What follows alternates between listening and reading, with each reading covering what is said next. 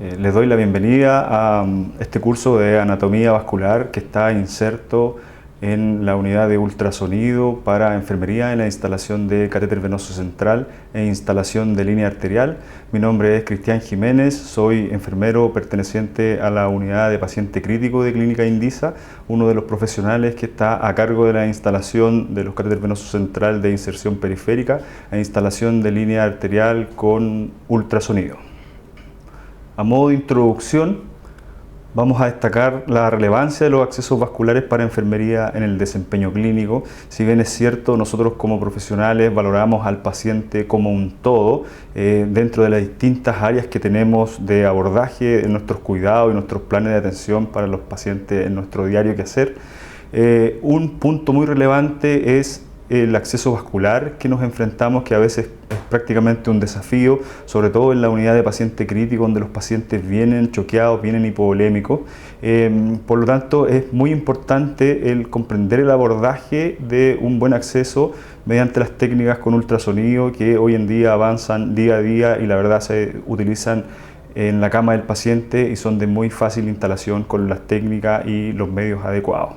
Debemos hacer la relevancia en relación a los tipos de acceso. Tenemos accesos de tipo periférico, que son las bránulas que se utilizan comúnmente en sala, accesos venosos centrales instalados por médicos en una vena de grueso calibre, un acceso tunelizado y los dispositivos de acceso venoso central de instalación periférica, que hoy en día enfermería en el fondo cumple un rol relevante en la instalación de dichos dispositivos. Recordar la anatomía, si bien es cierto, para la instalación de este tipo de dispositivo, tanto arterial como venoso central, se requiere un poco más de conocimiento en relación a anatomía de lo que nos enseñan en pregrado en la universidad. Por lo tanto, es importante esta instancia que nos aporta capacitación y adquirir los conocimientos y las herramientas necesarias para poder abordar nuestros pacientes y gestionar nuestros capitales venosos de forma adecuada. Dentro de los objetivos de esta presentación tenemos identificar la estructura de la pared vascular, recordar que siempre hay diferencias entre una vena y una arteria, si bien es cierto está constituida por las tres túnicas, hay diferencias entre una y otra. Recordar la fisiología del sistema venoso, los volúmenes, las presiones, los flujos, recordar las características vasculares, sus diámetros, los vasos a nivel torácico. Hay que recordar que más cerca de la bomba, que es el corazón, los diámetros son mucho más grandes que hacia distal, y revisar los accesos de mayor uso tanto para instalación de catéter central de inserción periférica como instalación de línea arterial. Para iniciar debemos mencionar que nuestro sistema circulatorio está compuesto por una bomba que es el corazón y los distintos grandes vasos, arterias, venas, vénulas, capilares, donde se realiza el intercambio de nutrientes y oxígeno a nivel corporal. A nosotros lo que nos interesa en esta presentación es hacer las grandes diferencias entre la estructura de la pared vascular venosa y arterial, ya que nuestros dispositivos van instalados en estos vasos en el fondo. Debemos mencionar que la pared vascular venosa junto con la arterial tiene tres túnicas, una túnica adventicia, una túnica media y una túnica interna, que además tiene una válvula venosa. La túnica adventicia es la capa más externa, como se logra evidenciar en la imagen, es la que le da soporte a nuestro vaso.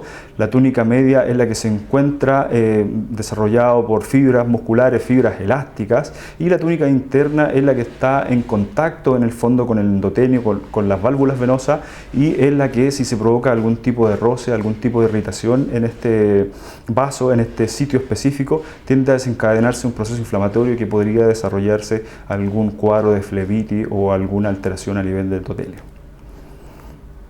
En esta imagen podemos evidenciar la estructura de la pared vascular arterial. Si bien es cierto, están las tres túnicas bien dimensionadas, logramos ver los distintos tejidos conectivos y las membranas elásticas que se identifican entre uno y otro. También acá se evidencia una fibra muscular que le da el movimiento involuntario a la arteria. En este cuadro comparativo estructural tenemos claramente una vena y una arteria donde se identifican nuevamente las tres túnicas y están las láminas elásticas entre la túnica íntima la túnica media, y entre la túnica media y la túnica externa también se encuentra una lámina elástica external que le da mayor soporte a la arteria a diferencia de la vena, y también le da la capacidad contráctil. ¿Ya? En la imagen como tal, a nivel del vaso como lumen, podemos evidenciar que la vena consta de válvulas, no así la arteria, ya que tiene la capacidad contráctil, por lo tanto no tiene los reflujos que se presentan a nivel venoso. Las válvulas a nivel venoso son necesarias para, en el fondo, impedir el reflujo del retorno sanguíneo.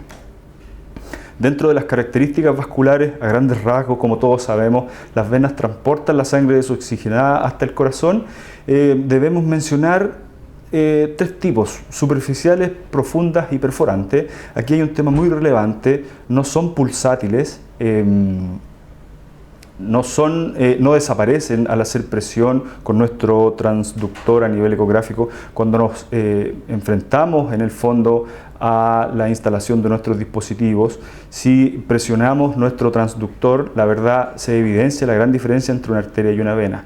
A grandes rasgos también podríamos mencionar que la arteria transportan la sangre oxigenada hacia el resto de nuestro organismo y se encuentran más profundas, están cubierta de tejido y tejidos musculares que son pulsátiles. Es aquí la diferencia entre uno y otro. Si bien es cierto, en pacientes hipoperfundidos, en pacientes que están más graves, cuesta un poquito diferenciarla, es una característica que en el fondo, estando in situ, nos va a arrojar el ultrasonido, ya que no colapsan, y las otras son pulsátiles, bien, para poder identificarlas. Dentro de las túnicas, como las mencionamos anteriormente, me interesa destacar en la túnica íntima. Esta es la parte a nivel de endotelio donde se provoca un daño si hay algún tipo de alteración con el roce de nuestras cánulas cuando instalamos nuestros catéteres. Comienza un proceso inflamatorio a nivel venoso que puede desencadenar en una flebitis, y a nivel arterial propicia la formación de trombina, que también en el fondo podría desencadenar en un evento adverso, que es lo que hay que evitar. A nivel de túnica media es muy importante cuando estamos en procedimiento como tal, muchas veces tanto de instalación venoso como de instalación arterial, al traspasar la aguja y someter alguna irritación mecánica dentro de nuestros vasos, tanto arteria como vena, tiende a provocar pequeños espasmos donde puede desaparecer la arteria o puede desaparecer la vena. En el ecógrafo es muy difícil ubicarla. La solución en estos casos es desplazarse un poco, si estamos en proceso de instalación arterial, hacia distal y hacia proximal, para poder en el fondo buscar otra ventana la cual nos permita en el fondo poder acceder a nuestra arteria, ¿ya? Y si es el acceso venoso, en esta ocasión podríamos tal vez desligar a nuestro paciente, dejar pasar 1 o 2 minutos, volver a reintentar, o de lo contrario buscar otra ventana con nuestro ultrasonido para poder insertar nuestro catéter. Y la túnica adventicia, la verdad, es la capa más externa que le da el soporte a ambos vasos. Es más gruesa la arterial que la venosa, está mucho más enervada. Por lo tanto, generalmente tiende a provocar mucho más dolor en los pacientes que están vigiles cuando se instalan estos procedimientos. Abordando ya las venas superficiales del brazo y del antebrazo, cuando nosotros nos enfrentamos a la instalación de un catéter central de inserción periférica, abordamos lo idóneo, es el tercio medio del brazo de la extremidad superior. Como se logra evidenciar en la imagen, súper claro está la vena cefálica y la vena basílica, que son venas de amplio calibres que en el fondo tienen una trayectoria recta. También se menciona la vena radial y la cubital, que la mediana radial desencadena en el fondo hacia la axilar y hacia la cefálica. Los inconvenientes de esta es que en el fondo están a nivel de pliegue, por lo tanto el acceso, si bien es cierto es fácil, tiende a provocar mucha irritación, mucho dolor y mucho malestar en el paciente. En relación a la irrigación arterial en la extremidad superior, quise dejar esta imagen ya que logramos evidenciar la gran cantidad de arteria que reperfunde o perfunde nuestra extremidad. Dentro de estas tenemos la arteria radial, la arteria braquial y la arteria cubital, que son la más preferida evidentemente es la arteria radial, ya que tiene un amplio rango para poder realizar un mapeo e identificar nuestro vaso a puncionar. Es una arteria que generalmente está reperfundida por la arteria cubital, por lo tanto si hay una disminución del flujo es muy difícil llegar a algún proceso isquémico o alguna disminución del volumen que nos pueda provocar alguna alteración hacia distal. No obstante, la arteria braquial en sí, como se evidencia en la imagen de ascendente a descendente, es una arteria de grueso calibre que si en el fondo se obstruye el flujo, ocupamos gran parte del lumen, podría reperfundir en el fondo o provocar algún tipo de alteración a nivel distal, podría provocar una isquemia secundaria, una necrosis, incluso costar la pérdida de la extremidad del paciente. Por eso es tan importante cuando nosotros realizamos la valoración de un paciente para instalar líneas arteriales, elegir el diámetro adecuado, elegir las arterias adecuadas. Están en desuso, generalmente radial, la cubital y la braquial, la verdad, están en desuso por lo mencionado anteriormente. La braquial, lo que acabo de mencionar, y la cubital es una arteria de un tamaño muy disminuido. ¿Ya? Existen otras arterias, la pedia está muy distante del corazón, por lo tanto las mediciones no tienden a ser muy fidedignas, y la femoral, que también se utiliza, pero por lo general cuando se requiere un monitoreo invasivo el médico la aborda, ya que hay que recordar que son accesos de grueso calibre, por lo tanto podríamos tener alguna alteración mayor, algún hematoma, algún sangrado, ¿ya? Y es lo que hay que evitar en el fondo con este tipo de procedimientos. Abordando ya de frente las venas que utilizamos para la instalación de nuestro catéter central de inserción periférica, tenemos la vena cefálica, que anatómicamente esta desciende por el brazo lateral al músculo bíceps y sigue bajando hacia el lateral del antebrazo. Si bien es cierto, es una vena ventajosa debido a que está muy superficial, está a la altura de la fosa antecubital, es una vena que se utiliza mayoritariamente en pacientes obesos o en pacientes que con frecuencia requieren de uso de algún tipo de ayuda técnica, ya que por el sitio de abordaje en el fondo no provoca mayor irritación, mayor dolor o mayor molestia para el paciente. Dentro de las desventajas, desafortunadamente, es una vena que de todas las que uno puede utilizar tiene un diámetro mucho más disminuido que las otras, y la verdad es un tema no menor a mencionar, tiene un difícil acceso a nivel, porque se enclava a nivel de la vena axilar, por lo tanto se forma un ángulo agudo. Si intentamos pasar el catéter a veces puede costar un poco más, por eso la verdad es una vena superficial, se utiliza mucho en pacientes mencionados, pero tratamos de buscar otras alternativas por esta dificultad de poder desplazar nuestro catéter. Siguiendo con las venas, tenemos la vena braquial, que anatómicamente, la verdad, esta es una vena que está mucho más profunda, que se visualiza solamente con ultrasonido. Es una vena que generalmente tiene un gran tamaño. La única desventaja, y que no es menor, está rodeada por la vaina, o está inserta en la misma vaina que la arteria braquial.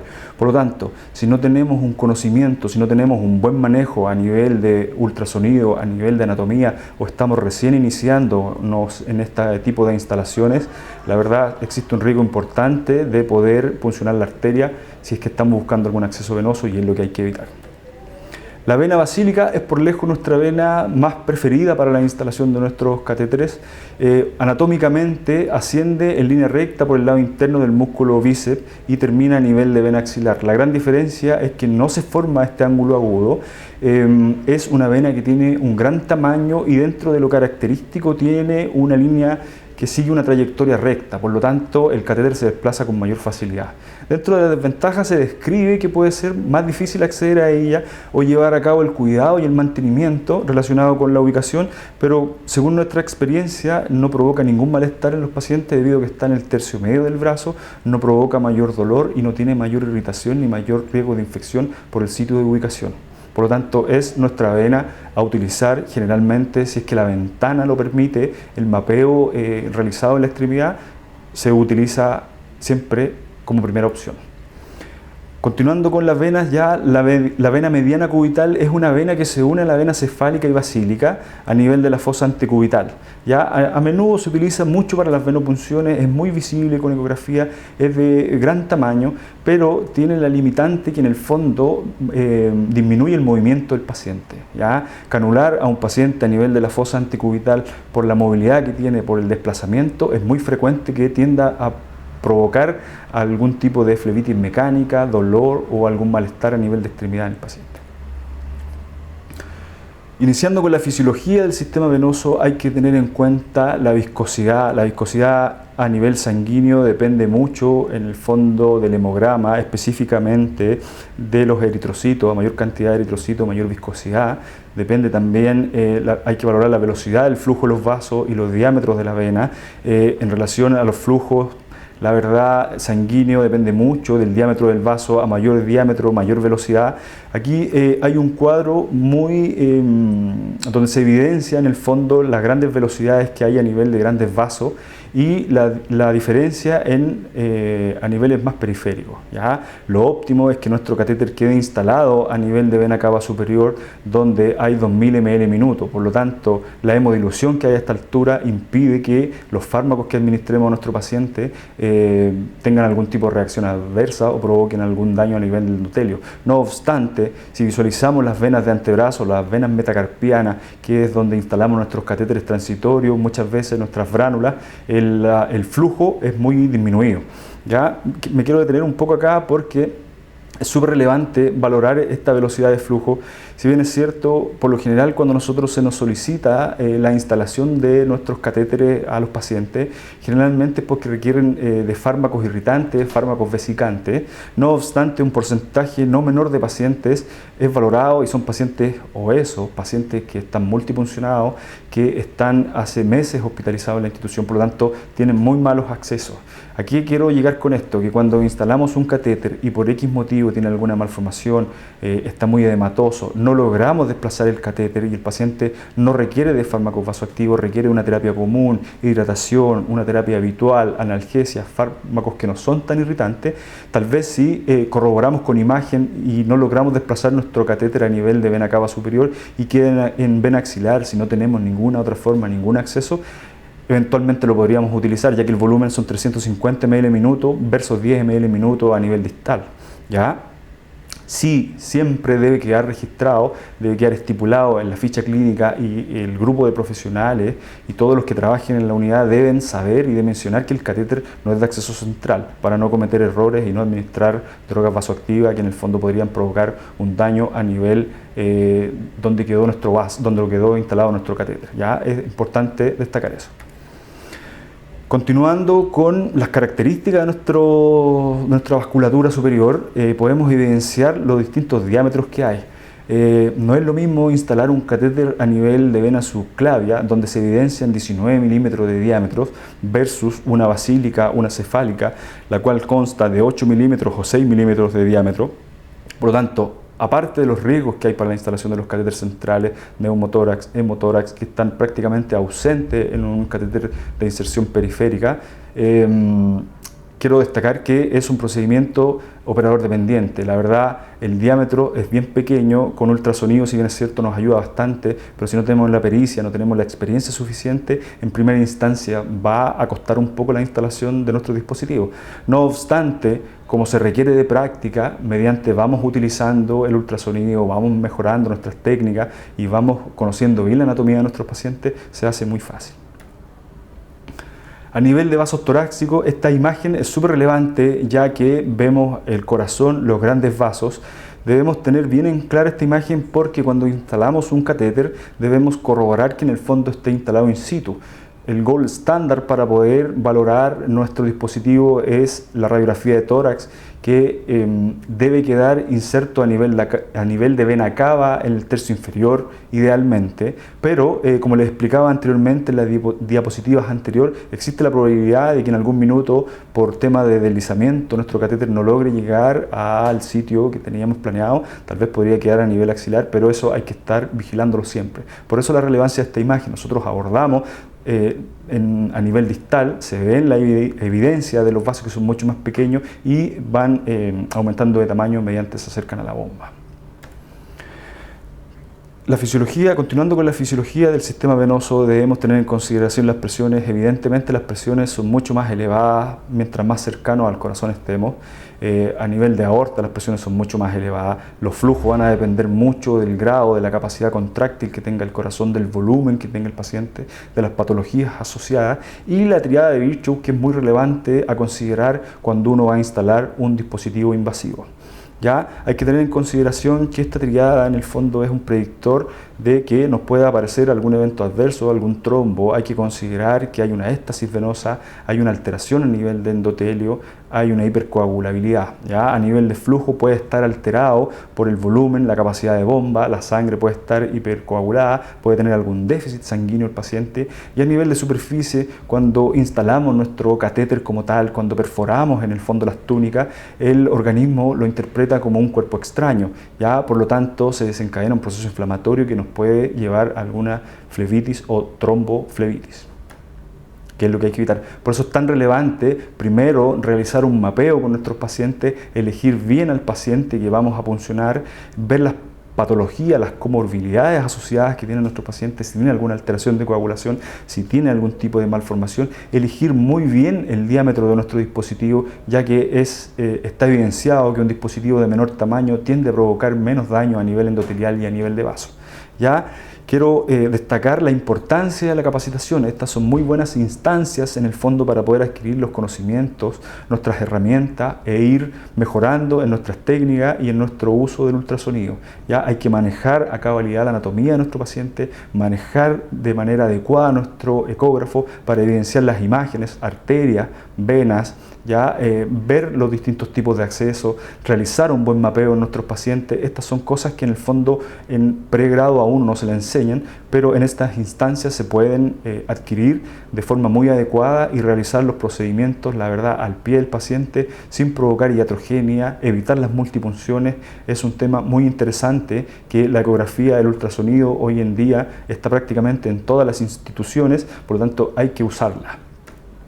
Y para finalizar, quería dejar esta imagen que en el fondo es nuestra, es de uno de nuestros pacientes. Nos solicitaron la valoración anatómica para poder instalar un dispositivo de acceso venoso central periférico. El paciente, como se evidencia en la imagen, tal vez se ve un poco borrosa, pero tiene ya un acceso previo venoso central que ingresaron por la vena yugular. Está inserto a nivel de vena cava. Es un paciente que lleva aproximadamente 30 días en un contexto respiratorio de hospitalización. El catéter ya estaba en día de cambio, un paciente obeso, de difícil acceso. Nos solicitaron la instalación de nuestro catéter, lo valoramos, realizamos un mapeo, realizamos un abordaje por vía braquial. La verdad, nuestro catéter quedó inserto, corroboramos con imagen, nos dimos cuenta que estaba a nivel de vena cava superior, retiramos el otro dispositivo que tenía el paciente y nuestro catéter nos sirvió para fármacos vasoactivos, fármacos irritantes, su nutrición parenteral y toma de exámenes, que en el fondo es un catéter que nos sirve para poder realizar todo este tipo de procedimientos. Espero que en el fondo esta presentación les sea de mucho provecho y en el fondo adquieran las herramientas necesarias para poder seguir mejorando las técnicas y los procedimientos con el ultrasonido. Muchas gracias.